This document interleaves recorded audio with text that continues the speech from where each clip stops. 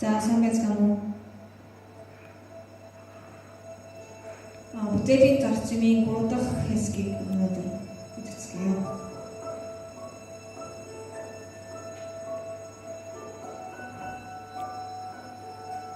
Бурханы шинж чанар.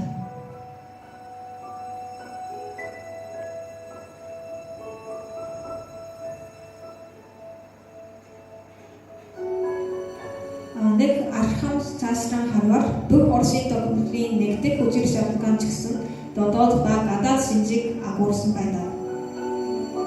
Тэрхүү бүх оршийн тогтнолын анхдагч үзэр шалтгааныг бид Бурхан гэж нэрдэг. Бурхан нь бүх бүтээгдсэн дэлхийн субъектлэг байр суурьд оршин байдаг.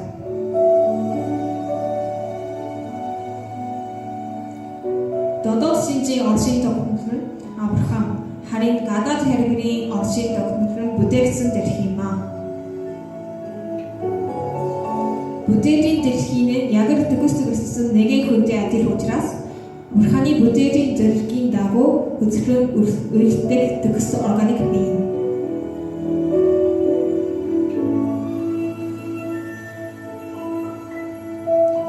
Бурхан ч гэсэн мөр, эв ба эм космос шинжийн харилцаан дээр оршин тогтнодог. Бурханы энэхүү шинж чанарыг Библиэс харсан ч мэдж болно.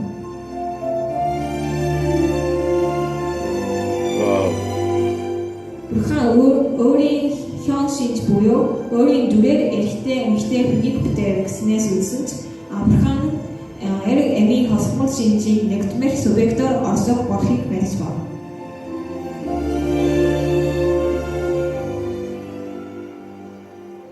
Бурханы анхдагч зодол шинжийн анхдагч эр ба анхдагч эм шинжээр оршин байдаг ба Бурханы анхдагч гадаад шинж бас анхдагч эр болон анхдагч эм шинжээр оршин тогтнодог.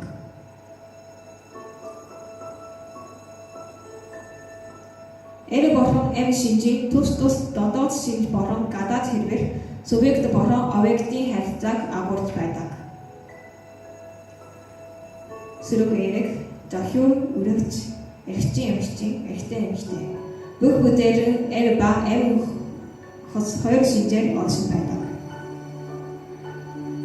Гэтэ объектийн байрын суурийн хэрхэгч эсвэл дорой юм уу текспос зүйл биш юм аа.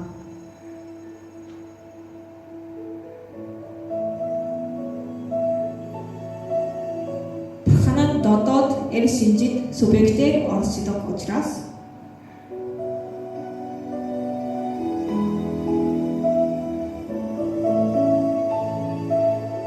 бүтээгдсэн дэлхийг хэрхэрийн эм шинжид объектлог оршин тогтнолоор бүтээсэн.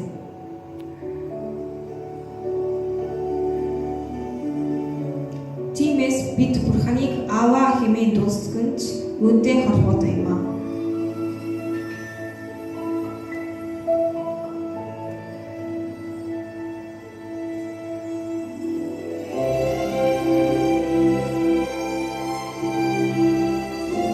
Бүх бүтээл үр үзэгдэх субъектээр оршдог Бурханы хосмор шинж чанарыг дүүрэн хуваагдсан гарсан Бурханы бодит объект юм.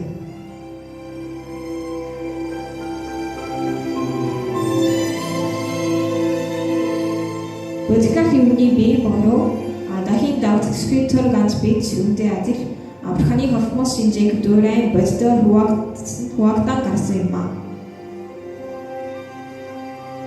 Бурхан бол оршин буй бүх зүйлийн субъект юм.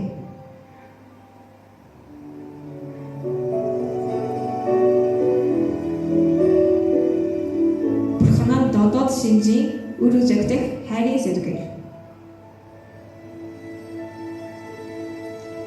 Бүтээгдсэн дэлхийн нь гадаад хэрвэрийн нүдэнд үзэгддэг гол үзэсгэлэнгийн хэрвэр.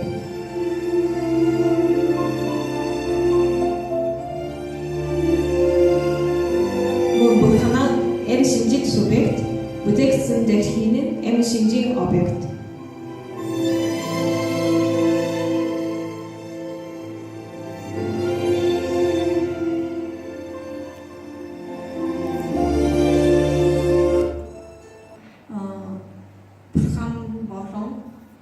бүтээгдсэн дэрхийн харилцааны дараагаар үзсэн байна. Тэгээд сая үзсэн шиг гадаад хэлбэр додоод гадаад тал бас үзэгдэх тал, үр үзэгдэх тал энэ хоёр тал байдаг. Бас субъект объект гэсэн тийм хоёр тал байдаг. Энэ бурхан болохоор өөрөө бүтээгдсэн дэрхий буюу бид нар хүн амьтан ургамал орон бүгд байдаг тийм бүтээгдсэн энэ бүгдийн өмнө субъектийн талт байдаг. Бурхан болохоор идэв субъект талт байдаг. Тийм үр үзэгдэх тийм байдаг. Тэгээд өөрөө тийм үр үзэгдэх байдаг болохоор бас субъект талт зогсдог болохоор энэ бүтээгдсэн дэрхийг бүгдийг тийм объект талт зогсохоор объект талт байхаар бүтээгдсэн байна гэж эндээс үзэж болно. Энэ дээр гардаг шиг бурхан өөрийн хэлбэр дүрээр өөрийн дүрээр эрэгтэй эмэгтэй хүнийг бүтээсэн. Тийм болохоор бид нар энэ бүтээгдсэн дэрхий болохоор бурханыг дүүрээс объект тийм бодит байдаг юм аа гэдгийг энэс мэдэж болно. За сонссон та бүхэнд баярлалаа.